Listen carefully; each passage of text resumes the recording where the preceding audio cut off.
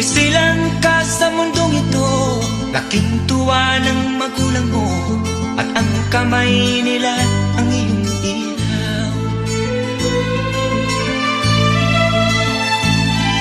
At ang nanay at tatay mo'y di malaman ang gagawin, minamasdan pati pagtulog mo.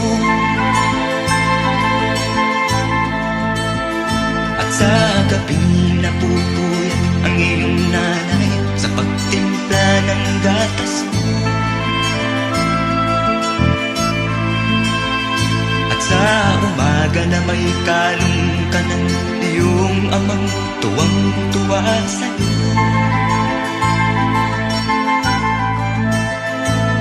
Ngayon nga ay malaki ka na, ang nais mo'y maging malaya, di man sila payag, walang magagawa.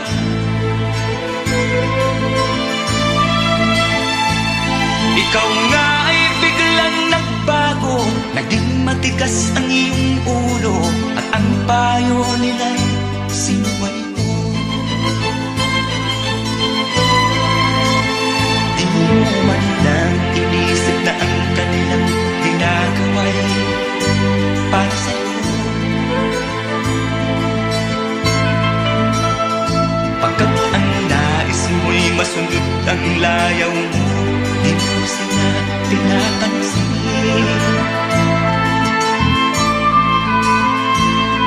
Nagdaan pang mga araw, at ang landas mo'y naligaw, ikaw ay nalulung sa masamang piso.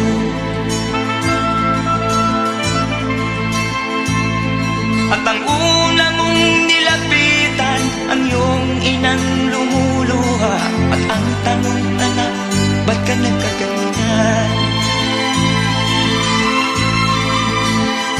At ang iyong mga matay biglang lumuha ng di mo napapansin.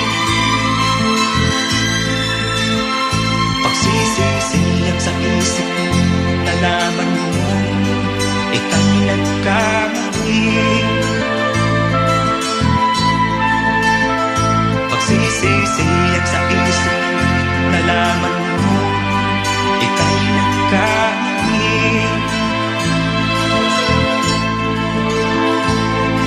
Kahapon ay nilimot mo pati ang iyong masamang bisyo, laking pasalamat ng magulang mo.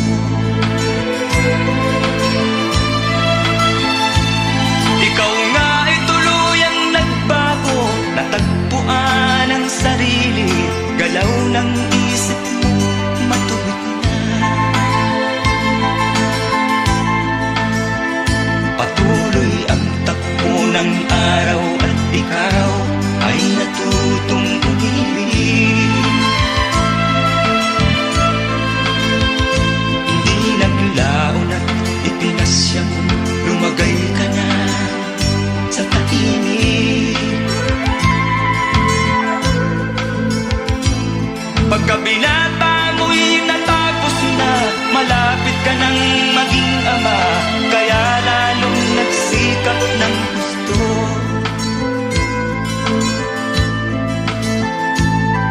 Dumating ang iyong hinihintay, sinilang ang panganay mo, parang langit ang iyong nadama. Ngayon anak, alam mo na kung anong pakiramdam ng maging isang ama. Ganyan din ang nadarama ng iyong ama't ina nang ikaw ay makita.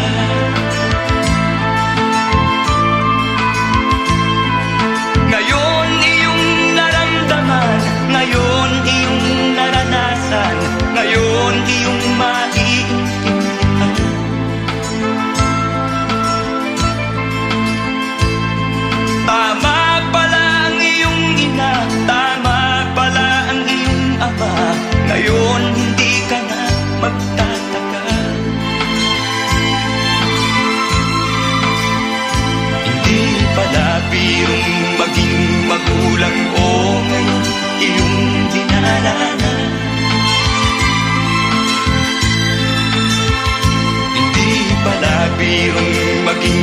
magulang o